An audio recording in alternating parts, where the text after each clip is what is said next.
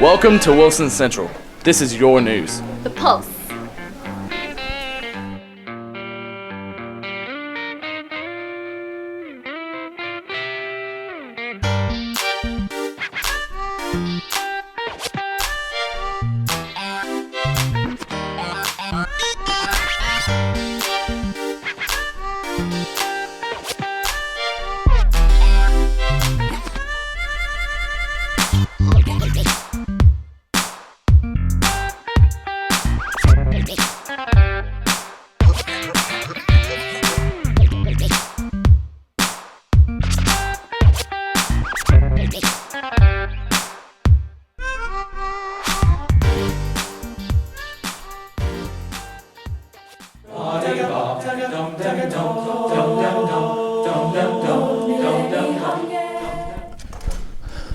We are here with Mr. Dawson, Mr. Farmer, the choir director here at Wilson Central for Faculty Focus. So, Mr. Farmer, what inspired you to become a music teacher? So when I was in school, when I was in high school, I was in choir, I was in band, I did it all. But my mom was a music teacher, and that inspired me. And then in high school, I did a lot with the group there, and so then that just inspired me to be able to go and do similar things with high school students and seeing what they can achieve. Yes, sir. So take us in just one day of the life of a choir director. Well, it depends. Okay, so Tuesday, Thursdays are the good days, because that's when I have planning first period. So I don't even have to teach a student until 9:45, and that's just Phenomenal. perfect. That means at least one full pot of coffee before I get started on my Yes. day. But then it's, three choirs back to back. So we sing bell to bell, working on reading, singing, performing aspects. Now Monday, Wednesday, Friday, Monday's the 7 period, but Wednesday, Friday, 2 general musics back to back, and then ensembles. Absolutely. All right. So the most important question of everything, what is your favorite flavor of ice cream? Oh, well, my go-to is homemade Homemade. cookies and cream ice cream. Cookies and cream. That's not a bad start. No. Attaboy. Well, thank you very much. Absolutely. We appreciate it. Thank you. Appreciate And it. this has been Faculty Focus. Hey Victoria, have you noticed all the positive things that have gone on lately?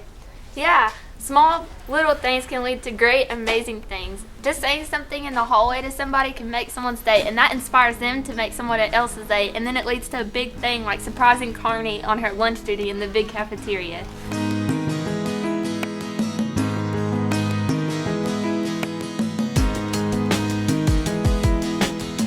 Top challenge, the coat drive, the hygiene drive that we have going on in the Central Ambassadors, and recycling. We also have recycling bottles going on that we'll have posted everywhere. Also, these little things are not only going on in our school, there are big things going on in the community. Like the McLovin program at McDonald's, you'll order something and the cashier might ask you to call your mom and say I love you or something like that, and you'll get your meal for free. And that's just one simple thing you could do to spread positivity. This week at Central, we had a unique pep rally. Some of our students and faculty donated their hair for our Chopped Challenge. We asked a few of them about making the cut. Are you excited? Kinda. Not really. I want my hair to be long. Then why are you cutting it? Because I can. Okay, are you excited to cut your hair? Kind of. Why are you excited? I get a free shirt and I get to help people. Okay, are you excited to cut your hair? Yeah. Oh, you're so Nervous. Okay. How short is it gonna be? Like here. Oh God, it's gonna be so short.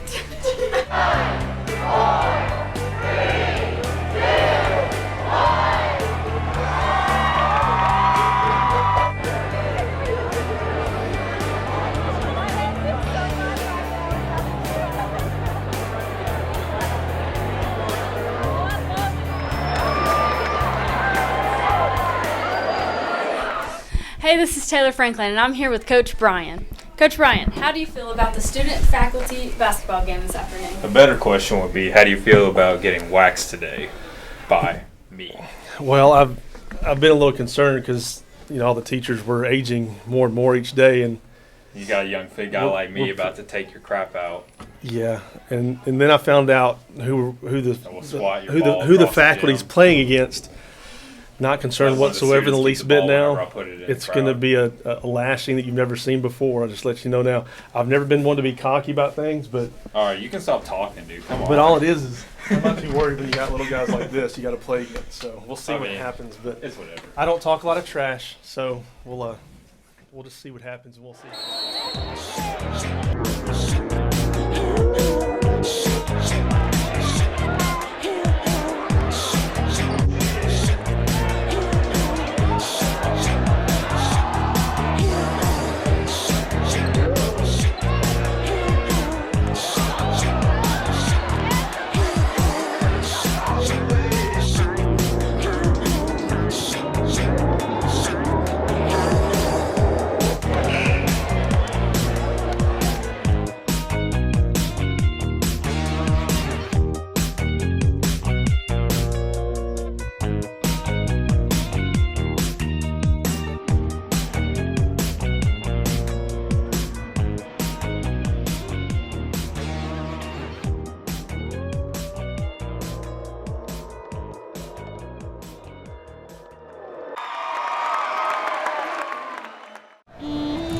Hey, I'm Chris Hill with What's in Your Headphones. We're here in downtown Nashville in front of the historic Ryman Auditorium.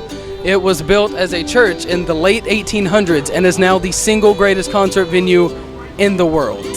In 2001, it became a National Historic Landmark, and I think it should have been much earlier than that. This is my favorite place in Nashville.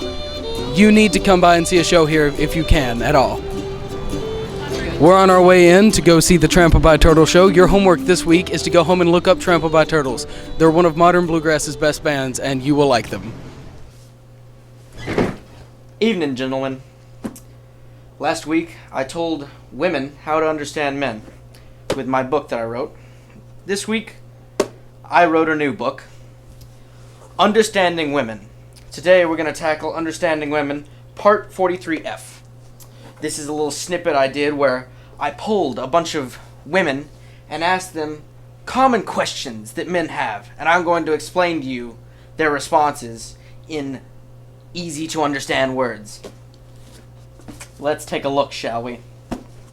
I was talking to one woman, and she was telling me how sometimes they just want to vent to the male. They're not asking for solutions. They just want to vent and talk. That's garbage, because that's not what you should do at all. You come up with solutions. You fix their problems. They obviously can't solve them on your own, so you fix the problems and it's easy peasy done. Lemon squeezy. I was talking to another woman, and she said that really she just wished that some men would open up to her and just be more open. That is also garbage. Never, ever open up to a woman. That shows weakness and that you are dependent on her. And that might make her feel valued, which is obviously horrible. Lastly, some women claim that when they say that they're fine, that means that they're fine. No. Nope. That's not true. No. Women, if they say they're fine, that's the opposite. You either solve the problem right then and there, as I said before, or you run away. Those are the two options. They're not fine. That means they're unfine. This has been just some of the things that you can learn from women. But of course, they still remain a mystery. Like, where do they get bobby pins? Or how do they do that thing with the towels on their head? Some things will always remain a mystery, but I hope that I could have helped you with some of these problems today. Saw this interview going on, and I'm not really good on TV. Well, that's good for you, because this isn't What is going your- on TV. Sam, what else has been going on in Central that's positive? Oh, I didn't read past the first line. You are so big. You're so big. It's over. At least give halvesies. Gotta look nice for the ladies, you know. My name's So- Alex McCullough. I'm a large man. So, Women are very dependent on gossip. And so when they don't get to gossip for a day, sometimes the gossip leaks out, and that's what you call tears for women. I am a robot. you can get fired like the year I graduate college. Oh, okay. So that you can come take Take my your job. Hi there, Tyson. Is that Tyson, right? Okay. I loved your beginner piano lesson. Fantastic. Great for the YouTube player. Playing those black keys. That's exactly right. You can't mess up on the black keys. I want to tell you why. It's actually called the pentatonic scale, if you really needed to know. But today, I want to show you what could happen if you added a white key every once in a while. Just two every time. You can play all the rest of the black keys, that's fine. But then every once in a while, add a white key. And you get a little...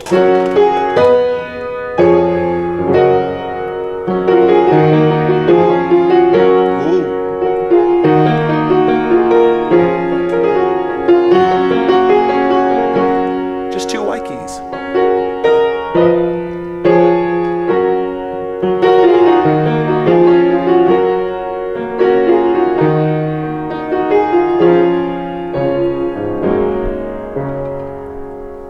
So that's here for you, Tyson. Add a white key every once in a while. Balance out your diet.